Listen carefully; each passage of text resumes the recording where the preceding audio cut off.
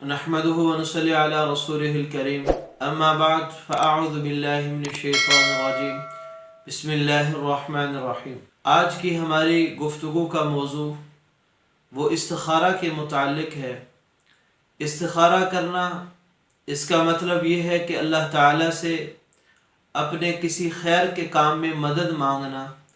اللہ رب العزت کی مدد جب کسی کام میں شامل حال ہو جاتی ہے تو وہ کام آسان بھی ہو جاتا ہے اور اس کام میں برکت بھی آ جاتی ہے۔ استخارہ چاہے شادی کا ہو کہ رشتے کی طرف سے آدمی پریشان ہو کہ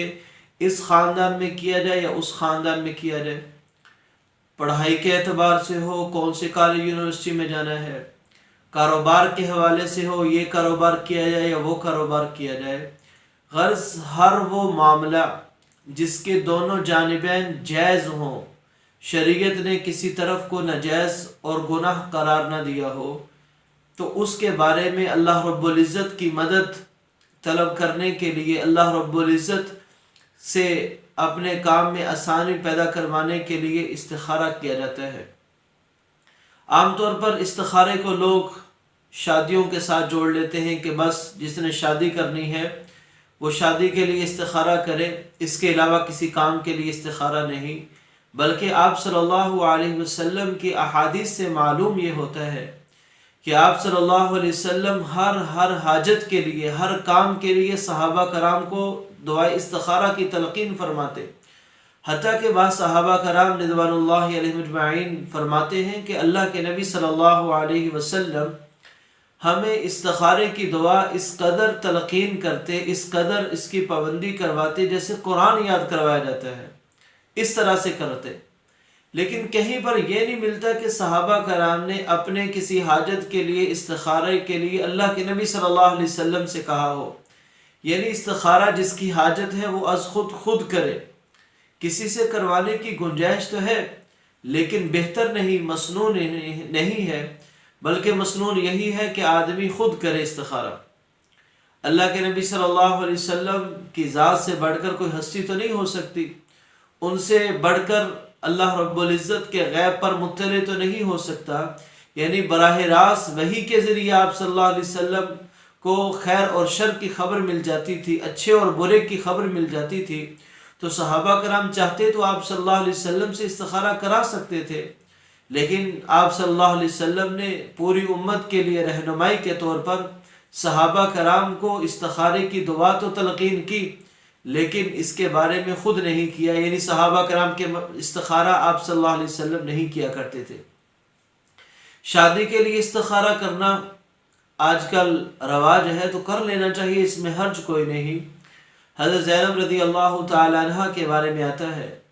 ان کے پہلے خاوند حضرت زید رضی اللہ تعالی عنہ نے انہیں طلاق دے دی، تو آپ صلی اللہ علیہ وسلم نے انہیں رشتے کا پیغام بھیجا، تو انہیں تو خوش ہو جانا چاہیے تھا کہ اللہ کے نبی صلی اللہ علیہ وسلم رشتے کا پیغام بھیج رہے، تو انہوں کو تو چاہیے تھا فوراً قبول کر لیتی،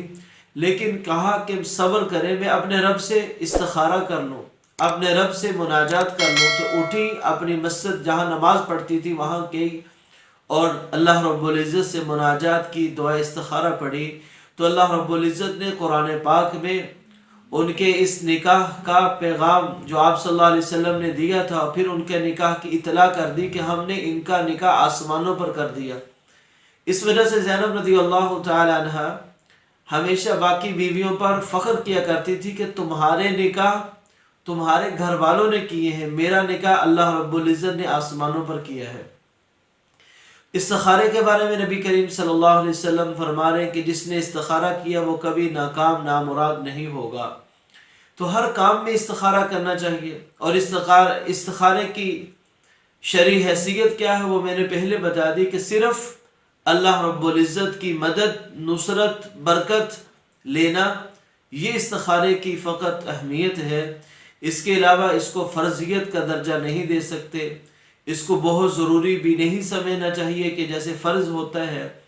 ہاں البتہ یہ ہے کہ اس کو اللہ رب العزت نے بڑی ہی بابرکت ذریعہ بنایا ہے، برکتوں کا ذریعہ بنایا ہے۔ استخارے کا مسنون طریقہ کیا ہے؟ دن ہو یا رات، مکروہ وقت نہ ہو، تو آدمی 2 رکعت نماز نفل استخارے کی نیت سے پڑھ لے، اور اس کے اندر نیت یہ کر لے کہ اللہ جو کام جس کے بارے میں مشورہ لینا چاہتا ہوں، 2 کام ہیں، یہ کاروبار، یہ رشتہ، یہ پڑھائی، وہ پڑھائی، یہ معاملہ، وہ معاملہ، یار ان دونوں میں سے جو میرے لیے بہتر ہے وہ میرے لیے آسان کر دے، جو میرے لیے بہتر نہیں ہے مجھے اس سے دور لے جائے اور اس کام کو مجھ سے دور لے جائے۔ بس اس نیت کے ساتھ 2 رکعت نفل پڑھ لے، اور 2 رکعت نفل پڑھنے کے بعد پھر استخارے کی دعا پڑھ لے۔ یہ عام کتابوں میں مل جاتی ہے، نیٹ کا دور ہے، نیٹ سے سرچ کریں تو وہاں پر دعا استخارہ لکھی ہے، اللہم انی استخیرک بعلمک، یہاں سے اس الفاظ سے شروع ہوتی ہے۔ اس دعا کے اندر حاذ الامر کے 2 دفعہ لفظ استعمال ہوئے ہیں، حاذ الامر، یعنی اگر آدمی کسی 2 کاموں کے بارے میں اللہ سے مشورہ کر رہا ہے، اللہ سے مدد لے رہا ہے، تو جب حاذ الامر پر پہنچنا ہے تو وہاں پر اپنے اس کام، اس مقصد کا دھیان کرنا ہے، یا اللہ یہ کام، یا اللہ یہ کام، اس میں اگر خیر ہے تو مجھے اس کے قریب کر دے، اس کام کو میرے لیے آسان کر دے، اور اگر یہ کام میرے لیے صحیح نہیں، میرے لیے یہ نقصان کا ذریعہ ہے، تو اس کام کو مجھ سے دور لے جا، مجھے اس سے دور لے جا، اور اس سے بہتر مجھے عطا فرما دے۔ تو حاذ الامر میں یہ ساری نیت کر سکتا ہے۔ اور اس کے بعد جب نفل پڑھ لیے تو دعا استخارہ پڑھ لی، اب چلتے پھرتے اللہ کی طرف متوجہ رہیں، تو جو خیر کی بات اللہ رب العزت دل میں ڈال دیں اس پر عمل کر لیجئے۔ ضروری نہیں کہ استخارے کے نفل پڑھ لیے، دعا پڑھ لی، اس کے بعد سویا جائے۔ ہاں بہتر یہ ہے ایسے وقت کا انتخاب کیا جائے جس میں آدمی ذہنی طور پر پرسکون ہو۔ ذہنی طور پر پرسکون ہونے کا مطلب یہ ہے کہ آپ نے تو استخارہ کیا مدد کے لیے، اپنے کام میں اللہ سے مشورہ کے لیے، لیکن آپ کے ذہن کے اندر سوچے پہلے سے موجود ہیں، کسی ایک کام کے بارے میں آپ کا ذہن پہلے بنا ہوا کہ یہ ٹھیک نہیں، اور دوسری کی طرف آپ کا ذہن پہلے سے بنا ہوا کہ یہ ٹھیک ہے، اور یہ سوچ آپ کے ذہن پر غالب ہے، تو استخارے کا فائدہ کب رہا؟ تو جب بالکل ریلیکس ہو جائے، بالکل اطمینان ہو جائے، اور یہ عام طور پر رات کو سو کر جب سونے لگتے ہیں اس وقت آدمی مطمئن ہوتا ہے، اطمینان سے ہوتا ہے، اس وقت کا لیے زیادہ بہتر ہے، لیکن یہ کہ استخارے کے لیے ذہنی طور پر پرسکون ہونا ضروری ہے۔ پہلے دن اللہ تعالیٰ دلی رجحان پیدا کر دے بہت اچھا، ورنہ 7 دن تک مسلسل استخارہ کرتے رہے، خواب میں پورا نظر آ جائے یہ ضروری نہیں، اللہ دل کی کیفیت رجحان کر دیتے ہیں۔ لیکن ایک بات بہت اہم ہے استخارے کے حوالے سے کہ آپ نے استخارہ کیا، آپ کا دلی میلان کسی طرف ہوا، لیکن اس کے دوسری طرف مصالح، فوائد زیادہ ہیں جو تجارب سے نظر آ رہے ہیں، جو عقل سمجھ رہی ہے کہ تجربہ کہہ رہا ہے کہ فائدے ادھر ہیں، لیکن استخارے میں دل کسی اور طرف ہے۔ تو اب کیا کیا جائے؟ اس وقت جس طرف مصالح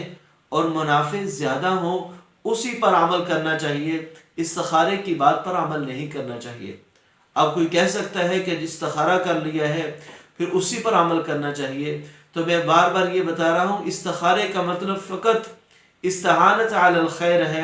خیر کے کام میں اللہ رب العزت کی مدد لینا ہے، اللہ رب العزت کی مدد لینا ہے، دعا ہے ایک استخارہ۔ اس میں ضروری نہیں کہ جو آپ کے دل کا رجحان ہو اسی پر عمل کیا جائے۔ ہاں اگر سامنے صاحب تجربہ لوگ ہیں، عقل مند لوگ ہیں، وہ آپ کو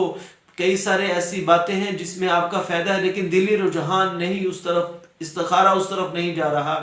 تو آپ اس پر عمل کر لیجیے۔ عام طور پر رشتوں کے حوالے سے یہ بات بہت آتی ہے، ایک جگہ رشتہ کیا استخارہ کیا نہیں آیا، دوسری طرف کیا استخارہ کیا نہیں آیا۔ اب استخارے کی وجہ سے شادی کو مؤخر کیے جا رہے ہیں، لڑکی بھی اچھی ہے، لڑکا بھی اچھا ہے، خاندان والے بھی اچھے ہیں، صرف استخارے کی وجہ سے رشتہ ہی نہیں کر رہے۔ تو ایسی بات نہیں، جہاں پر مصالح نظر آ رہے ہوں تو وہاں پر کر لینا چاہیے۔ اکثر ایسا بھی ہوتا ہے کہ استخارہ بھی کیا، سب کچھ کرنے کے باوجود آپ نے اپنے اس قلبی رجحان پر عمل بھی کر لیا لیکن بعد میں نقصان اٹھانا پڑا۔ تو ایسے ہو سکتا ہے، یہ تو دل کی تسلی کے لیے، اللہ کی مدد کے لیے کہ اللہ رب العزت کی مدد شامل حال ہو جاتی ہے، فقط اتنی ہی بات ہے۔ اور ایک بات یہ بھی ہے کہ استخارے کے لیے نفل پڑھنا بھی ضروری نہیں، استخارے کے لیے استخارے کی دعا پڑھنا بھی ضروری نہیں۔ اللہم خر لی واختر لی، اللہم خر لی واختر لی، یہ بھی الفاظ کے ساتھ آپ استخارہ اللہ رب العزت سے چلتے پھرتے یہ الفاظ پڑھتے رہیں، یا اللہ جو میرے لیے بہتر ہے وہ میرے دل میں ڈال دیں، یا اللہ جو میرے لیے بہتر ہے میرے دل میں ڈال دیں۔ تو چلتے پھرتے ان الفاظ کو دہراتے رہیں، تب بھی آپ کے استخارے کا مقصد پورا ہو جائے گا۔ یعنی جو آپ صلی اللہ علیہ وسلم استخارے کی تلقین کر رہے تھے، اس کا مقصد یہ تھا کہ تمام مسلمان اپنی تمام حاجات میں، تمام کاموں میں، تمام فیصلوں میں رجوع اللہ کی طرف کریں۔ کسی نے کوئی کام کرنا ہے تو جیسے اپنے جیسے انسان سے مشورہ کرتا ہے، تو احکم الحاکمین اللہ رب العزت کی ذات سے بھی مشورہ کر لینا چاہیے۔ بس اتنی سی اس کی حقیقت اور اہمیت ہے۔ اللہ رب العزت ہمیں صحیح سمجھنے کی توفیق عطا فرمائے، اور استخارے کو صحیح یقین کے ساتھ جو آدمی کرتا ہے، اللہ رب العزت ضرور خیر کی طرف اس کی رہنمائی کرتے ہیں، ضرور شر سے اس کی حفاظت فرماتے ہیں۔ اللہ رب العزت ہمیں ہر کام میں اپنی ذات سے مدد لینے کی توفیق عطا فرمائے۔ وآخر دعوانا ان الحمد للہ رب العالمین۔